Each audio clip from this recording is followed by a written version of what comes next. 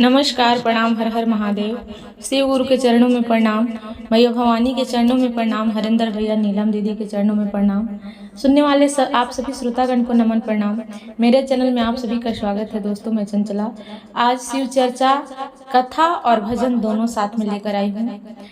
देखिए, ये कथा शिव चर्चा में अपना अपना अनुभव बहन लोग बताती हैं। शिव गुरु किन बहनों के कितने हेल्प किए, कहाँ कहाँ गुरु अपनी अपनी कृपा बरसाई, ये सब बताते हैं, वही ये चर्चा है। देखिए, शिव चर्चा कथा सुनने के बाद बीच में नहीं भागा जाता है, इसलिए आप प्लीज़ वीडियो को स्किप मत कीजिएगा, पूरा सुनिएगा। शिव की कृपा बरसती रहेगी, वरना शिव गुरु नाराज हो जाते हैं। तो पूरा कथा को सुनिएगा और हर हर महादेव कमेंट सेक्शन में ज़रूर लिखिएगा। वीडियो को लाइक करिएगा, चैनल पर नए होंगे तो चैनल को सब्सक्राइब भी कर लीजिएगा। धन्यवाद। हर हर महादेव। शिव गुरु के चरणों में प्रणाम, मैया भवानी के चरणों में प्रणाम, हरिंदर भैया, नीलम दीदी के चरणों में प्रणाम। सुनने वाले आप सभी श्रोतागण को नमन प्रणाम। दोस्तों, आज मैं शिव चर्चा का कथा लेकर आई हूँ। अगर ये कथा आपको पसंद आएगा, शिव चर्चा जिसको बोलते हैं, ये चर्चा में कथा होती है, वही चर्चा आज लेकर आई हूँ मैं। अगर ये चर्चा आपको पसंद आएगा तो प्लीज़ वीडियो को लाइक कर दीजिएगा। चैनल पर नए होंगे तो चैनल को सब्सक्राइब भी कर लीजिएगा। धन्यवाद। एक गुरु बहन थी। गुरु बहन हर दिन चर्चा में जाती थी, लेकिन उनके पति को यह सब पसंद नहीं था कि पत्नी चर्चा में जाए, इसके घर उसके घर जाए। बहुत भला बुरा कहते थे उनके पति, बोलते थे, बहुत करियाते थे, गंदी गंदी गालियां भी देते थे। फिर भी वो गुरु बहनें नहीं मानती थी। उनके पति बोलते थे, फिर भी वो कहती थी कि इनके बोलने से क्या होगा, भगवान से बड़ा कोई नहीं है। किसी गुरु बहना के यहाँ से बुलावा आता तो वो चुपके से ही क्यों ना पर चली ही जाती थी, क्योंकि उनको शिव गुरु से बहुत प्रेम था।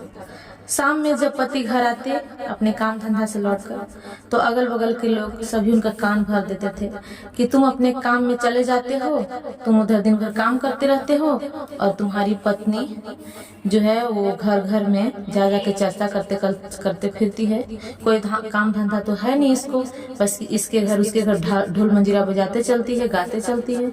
इसका चाल चलन ठीक नहीं है।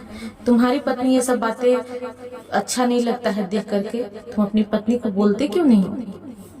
ये सब बातें सुनकर उनके पति घर आते हैं तो बहुत मारपीट करते हैं उन शिष्या से, उस गुरु बहना से। कहते हैं कि तुम बिगड़ गई हो, हम दिन भर काम धंधा में रहते हैं और तुम इसके घर उसके घर घूमते फिरते चलती हो चर्चा के बहाने। समाज में हमको मुंह दिखाने के लायक नहीं छोड़ी हो, तुम बहुत नालायक निकल गई हो, तुम बहुत गंदी बन गई हो, कैरेक्टरलेस हो गई हो, चरित्रहीन हो तुम। बहुत गंदी गंदी गालियां देते हैं, बहुत गाली गलौज करते हैं, मारते पीटते हैं। एक दिन मारते मारते अधमरा कर देते हैं उनके पति गुरु बहना को। कहते हैं कि तुमको पता नहीं है, हम लोग बड़े लोग हैं, तुम घर घर नीच की तरह घूमते फिरती हो, लोग क्या कहेंगे ये सब सोचती हो? पत्नी बोलती है, महादेव की दया बरसती है सत्संग में, शिव चर्चा में। आप ही एक बार चलकर देखिए, ज्ञान अमृत मिलता है, कोई गलत काम नहीं होता है वहाँ। आप चलकर तो देखिए, कितना अच्छा लगता है, गुरु की कृपा बरसती है, कितना सुख मिलता है। आप एक बार तो चलकर देखिए। लेकिन अहंकारी अभिमानी राक्षस पति, उनको क्या समझ में आने वाला था ये सब बात। वो तो बस अपने घमंड में तूल थे। उनको लगता था कि उनकी पत्नी घूम फिर रही है इधर उधर, इसके घर उसके घर जाने का बहाना ढूंढ रही है, चरित्रहीन हो गई है। वो अहंकार में चूर हो गए थे। लोगों के कान में वो बिल्कुल मात चुके थे, अगल बगल के कान सुन सुन के। जो इंसान गलत रहेगा उसको सत्संग में मन ही नहीं लगेगा। उसने सारे घर के सदस्यों को कह दिया, इसको कोई खाना पीना मत देना। देखते हैं कि कब तक पेट में अन्न नहीं रहेगा तो शिव चर्चा करेगी और कौन गुरु बहना इसको ला करके खाना देगी। जब इसको पेट में खाना नहीं रहेगा, शरीर पर सुंदर वस्त्र नहीं रहेगा, ढंग का शरीर पर कपड़ा नहीं रहेगा, तो कैसे जाएगी चर्चा में? सारे कपड़ा लता उनके जो थे कुछ फाड़ दिए, कुछ जला दिए, कुछ लुका दिए, और घर के सब सदस्यों को बोल दिए कि कोई इसको खाना पीना नहीं देगा, कपड़ा नहीं देगा, इसको मरने दो भूखे। और वो फिर चला जाता काम पर। इसी तरह 2-3 दिन बीत गए। किसी ने खाना नहीं दिए, किसी ने उनका हाल तक नहीं पूछा। बेचारी भूख से तड़पती रही, परेशान हो गई। जब 3 दिन बीत गया तब सोचती है कि देखते हैं कि बेटा क्या कहता है। यही कहा जाता है कि स्त्री हर दिन दुख सुख सह करके 1-1 रुपया जोड़ती है। सब अपना इच्छा को मार के कैसे कैसे करके तिल तिल करके और सब जमा करती है, सामान घर में इकट्ठा करती है, रुपया जमा करती है कि बच्चे का और पति का तरक्की होगा, बच्चों की पढ़ाई लिखाई सही तरीके से होगा, हम बेटा बेटी को सही तरीके से पढ़ाएंगे लिखाएंगे, बड़ा बनाएंगे, पति को जरूरत में काम आएगा। 1-1 रुपया जोड़ जोड़ के अपना सारा आवश्यकता को मार के जमा करती है। यही सब सोचकर गुरु बनना जाती है।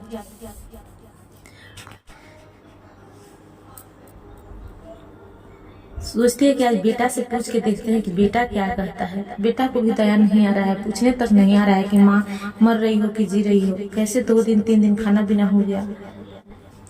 बेटा के पास जा करके कहती है, जानते हो बेटा, मेरा कोई औलाद नहीं था, तब मैं इसी मंदिर में जा करके शिव गुरु से हर रोज प्रार्थना किया करती थी और कहती थी कि हे गुरुदेव, मैं आपसे दया मांगती हूँ कि हे प्रभु, मेरा कम से कम 1 बेटा 1 बेटी दे दो, मेरा वंश चलाने के लिए कुछ करो प्रभु, मुझ पे दया करो। मैं हर रोज मंदिर आऊंगी, चर्चा करूंगी, आपका पूजा करूंगी, आपको कभी नहीं भूलूंगी, पूरी जिंदगी आपको नहीं भूलूंगी प्रभु। जहाँ चर्चा होगा मैं आपके नाम से समर्पित हो जाऊंगी, एक औलाद दे दो भगवान। तब जाकर शिव गुरु ने मुझे औलाद दिया। आज वही बेटा पुतो पूछते तक नहीं है कि हे माँ खाई हो कि नहीं, तुम्हारे पापा 3 दिन हो गया खाना नहीं देने दे रहे हैं किसी को, भूख से तड़प रही हूँ। आज हमसे कोई परिवार बात नहीं कर रहा है, तुम्हारी पत्नी हमको खाना तक नहीं दे रही है। बेटा तुमको पता तक है कि तुम्हारी माँ कैसे तड़प तड़प के बिता रही है। 3 दिन से एक ही कपड़े पर हूँ, गंदा चिथड़ा कपड़ा हो गया है, लेकिन कोई कपड़ा तक नहीं दे रहा है, खाना तक नहीं दे रहा है, मैं कैसे जी रही हूँ। बेटा तुमको थोड़ा सा भी दया नहीं आ रहा है। तब बेटा गुस्से में बोल रहा है कि तुम कहना क्या चाहती हो हमसे। माँ बोली, बेटा चुपके से हमको कुछ पैसा दे दो ताकि बाहर निकलकर हम चुपके से कुछ खा सकें। बेटा हमको चर्चा में जाने से मत रोकना। बेटा हम मन्नत किए थे बेटा, तब जाके हमको 2 औलाद मिला है, प्लीज बेटा हमको चर्चा जाने से मत रोकना। बेटा गुस्से में बोला कि तुम हमको बहकाओ मत, बहकाने आई हो हम जान रहे हैं, ताकि हम अपना पापा और पत्नी से झूठ बोलकर उनके खिलाफ जाकर तुमको पैसा दे दे और घर घर चर्चा करती चलो। तुम नहीं देंगे, जाओ। यहाँ से रोती हुई माँ चली जाती है। फिर थोड़ी देर बाद बहू के पास जाती है और बहू से बोलती है, बहू तुम अपना पुराना वाला ही साड़ी दे दो, हम उसी को पहनकर चले जाएंगे चर्चा में, पर हमको चर्चा में जाने से मत रोको बहू, क्योंकि बहुत मुश्किल से हम संतान को शिव गुरु से मन्नत करके तो प्राप्त किए हैं, तब जाकर तुम बहू आई हो। बहुत मुश्किल से ये घर बसाए हैं बहू, 2-2 रुपया इकट्ठा कर करके हम इस घर को बसाए हैं। आज तुम्हारे ससुर हमसे साड़ी भी छीन लिए, सब कुछ लुका दिए, हम क्या पहन करके चर्चा में जाए बहू। तब बहू गुस्से में माँ को फटकार लगाती है, बोलती है, जब अपने पति को नहीं हुई, जब अपने पति की बात नहीं मानी तो मेरे पति को बहकाने चली गई, और जब मेरे पति भी नहीं सुने तो मेरे पास आ गई मांगने, और भी नहीं हुआ, दिमाग खराब करने मेरा चली आई। जाइए वहीं गुरु बहना से मांगिए जो सत्संग में ले जाती हैं, जिनकी बात में आकर आप घर परिवार का नहीं सुनते हैं और सत्संग में चली जाती हैं। इतना सुनकर वहां से बिलखती हुई शिष्या चली जाती है और गुरु से मन ही मन कहती है कि हे प्रभु, आप ही कहते हैं ना कि जिसका कोई नहीं होता उसका महादेव होते हैं, तो मैं आज आपकी शरण में ही चली आती हूँ। सत्संग में चली जाती हैं सोचती हैं कि ये सब मोह माया जाल है, ये लोग मोह माया में फंसाकर हमको तो यह बार लगाएंगे नहीं, आखिर मरने के बाद भी गुरु के ही शरण में जाना है, तो क्यों ना अभी ही, ये सब सोच करके वो चली जाती हैं कि चाहे जो हो, अब मरे चाहे जिए, चर्चा में तो हम जाएंगे। ये सोच करके वो चर्चा में चली जाती हैं। और जब शाम को चर्चा से लौटती हैं तो दरवाजे पर उनका पति गुस्से में लाल तमतमाए हुए डंडा लेकर बैठे हुए रहते हैं और जब जैसे ही घर में घुसती हैं बहुत मारते हैं, मारते मारते दौड़ा दौड़ा के पूरा घर में मारते हैं, कभी इस घर में कभी उस घर में, कभी इधर कभी उधर, पिटते पिटते बाल पकड़ करके ला करके आंगन में पटक देते हैं। बोलते हैं कि तुम मर जाओ, जब तुम मेरा बात ही नहीं मानती हो, मेरा इज्जत ही नहीं रहने दोगी, तो तुम जी कर क्या करोगी? समाज में तो तुम मेरा नाक कटा ही दी, सर नीचा कर ही दी, तो तुम मर ही जाओ। शिष्या एक तो 3 दिन से कुछ खाई नहीं थी, ऊपर से इतना मार, बेचारी किसी तरह उठती है, बहुत रोती है, बहुत चिल्लाती है, पूरा शरीर रग रग में मार मार के उनका तोड़ दिया। किसी तरह से घुसकते हुए पूजा रूम तक जाती है और शिव गुरु का फोटो हाथ में लेती है और सीने से लगाकर बोलती है, हे महादेव, सुनते हैं आप बहुत दया बरसाते हैं, शिष्या की पुकार तुरंत सुनते हैं, तो हे भोलेनाथ मेरा प्राण ले लो। अब मैं इस नर्क में नहीं जीना चाहती भोलेनाथ, अब मैं यहाँ नहीं जीना चाहती, मैं आपके शरण में आना चाहती हूँ। जब आप मेरा दया सुनेंगे, मेरा विनती सुन लेंगे, तब मैं जानूंगी कि आप दयावान हो और लोगों को भी पता चलेगा कि तुम्हारी दया कैसे बरसती है, कैसे तुम शिष्या की पुकार सुनते हो। हे प्रभु, इतना तो जरूर करो प्रभु, मेरी पुकार सुन लो, मेरे प्राण ले लो शिव गुरु। इतना कहकर फुट फुट कर रोती है और दया मांगते मांगते थोड़े ही देर में शिव गुरु की कृपा से उसके प्राण निकल जाते हैं। बहुत देर हो गया, जब कोई आवाज नहीं आने लगी कमरे से, एकदम शांत शिथिल पड़ गया, तो उसके पति सोचते हैं कि इतना रो रही थी, चिल्ला रही थी, अचानक से शांत हो गया। तो वो जाते हैं देखने, तो देखते हैं एकदम शिथिल ठंडा पड़ा हुआ शरीर है, तो छूते हैं, हिलाते हैं, डुलाते हैं, पर शरीर में कोई हरकत नहीं होती, कोई हलचल नहीं होती, मुंह से आवाज नहीं निकलता। बहुत कहते हैं उठो, गुस्से में चिल्लाता है, फिर भी जाओ उठो, बहुत हुआ नाटक, जाओ खाना पीना बनाओ, काम करो, सिर्फ इधर उधर सिर्फ चर्चा करने से तुम्हारा दिन नहीं चलेगा। पर वो कुछ भी हरकत नहीं होता है। तब यह देखकर राक्षस पति शांत हो गया और उनके पसीने छूटने लगे। उनको लग गया कि जरूर कोई बात है। थोड़ी देर तक वो इधर उधर हिलाते डुलाते रहे, पर कोई हरकत नहीं हुआ, आंख भी फट गया। तब उनको पसीना छूटने लगा, तो वो लगे रोने और गुस्सा शांत भी हो गया। उनके रोने से सारे घर वाले इकट्ठे हो जाते हैं, तब अफसोस करने लगते हैं। सब कहते हैं कि मुझे क्या पता था कि तुम सच में भी मर जाओगी। मैं तो सोचा कि ऐसे करके मैं तुमको सुधार लूंगा, लोग मुझे इतने ताने बाने देते हैं, गंदे गंदे बात कहते हैं, तो मैं तुमको मना लूंगा। बेटा बोलता है, माँ उठो माँ, तुमको पैसा चाहिए था ना, जितना पैसा चाहिए ले लो माँ, पर उठ जाओ। मुझे नहीं पता था कि तुम सच में प्राण त्याग दोगी माँ। इतना आस्था है तुम्हारा शिव गुरु में कि तुम अपना प्राण तक का वैल्यू नहीं दोगी माँ। जितना पैसा चाहिए ले लो, उठ जाओ, तुम्हारी कृपा से ही मैं इतना कमाता हूँ माँ। कह करके बेटा रोता है। बहू बोलती है, उठिए सासू माँ जी, साड़ी चाहिए ना, ले लीजिए, पर कोई नहीं।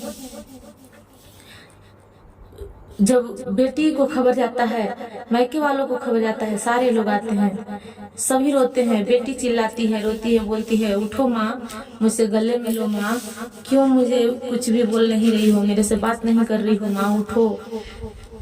भाई बोलता है कि बहन उठो बहन, क्यों नहीं तुम बोल रही हो, अपने भाई को देखकर क्यों इस तरह से सोई हुई हो। सारे लोग बहुत उठाने की कोशिश करते हैं, सब रोते हैं, पर वो नहीं उठती, क्योंकि प्राण पखेरु तो उड़ चुके थे। ये सब देख करके आत्मा से आवाज आती है। आत्मा कहती है कि जिस दिन मुझे तुम्हारी जरूरत थी, उस दिन तो तुम लोगों ने किसी ने मेरी सहायता नहीं करी। बेटा ने 2 रुपए नहीं दिए, बहू ने एक पुरानी साड़ी नहीं दी, बेटी को फोन लगाया कि बेटी आकर के मिल लो, मेरे प्राण के कोई भरोसे नहीं, मैं कभी भी मर सकती हूँ, आओ बेटी हमसे कम से कम आकर के भेंट कर लो। उस दिन तो तुम आई नहीं कि तुम्हारे ससुराल वाले तुम्हें आने नहीं देंगे।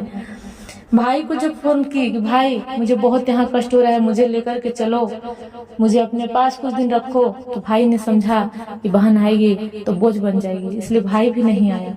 और आज झूठा लालच, झूठा प्यार दिखा रहे हो। जब शिव गुरु मुझे अपने शरण में बुला लिए तो तुम सब मोह माया दिखाते हो, झूठा प्रेम दिखाते हो।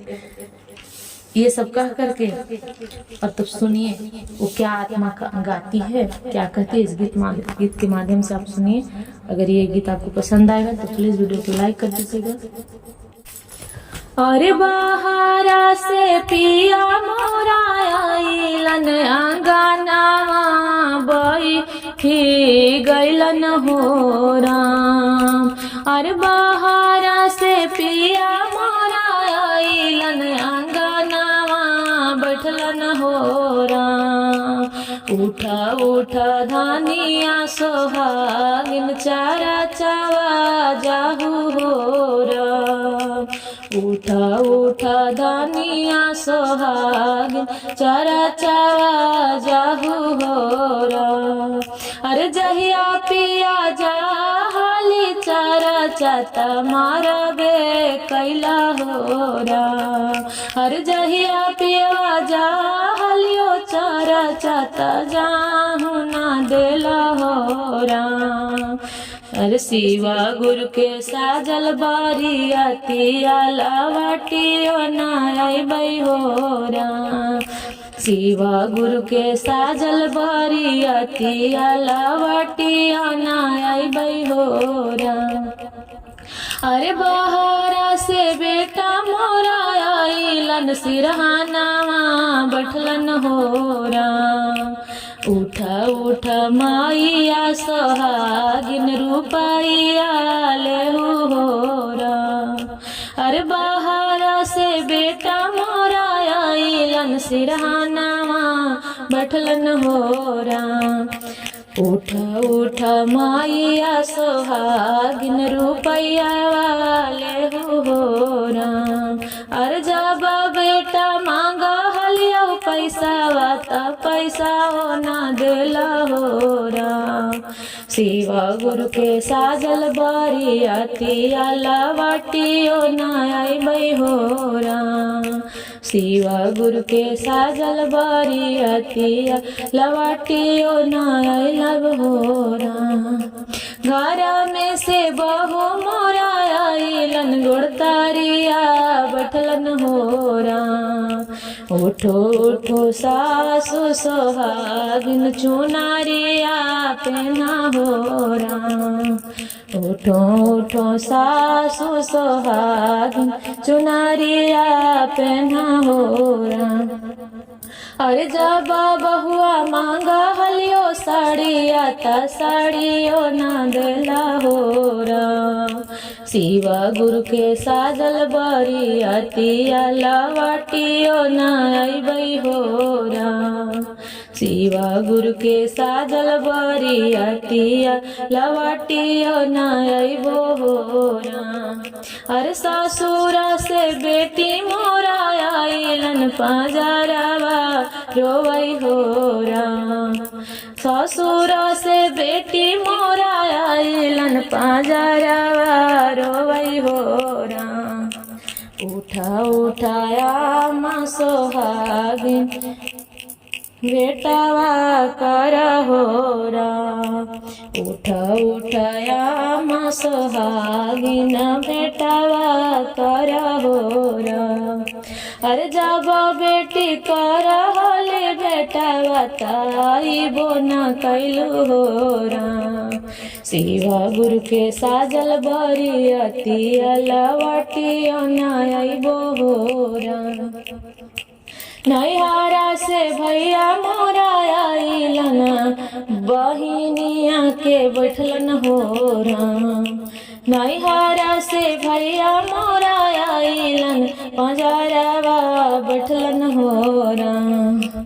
उठा उठा बहिनी सोहागिन नैहरवा चला हो राम। उठा उठा बहिनी सोहागिन नैहरवा चल हो राम। अरे जब भैया जाहल नैहरवा त बोझावा समझला हो राम। शिवा गुरु के साजल बारियातिया लावटियो ना आइबै हो राम। जब भैया जाहल नैहरवा त बोझावा समझला हो राम।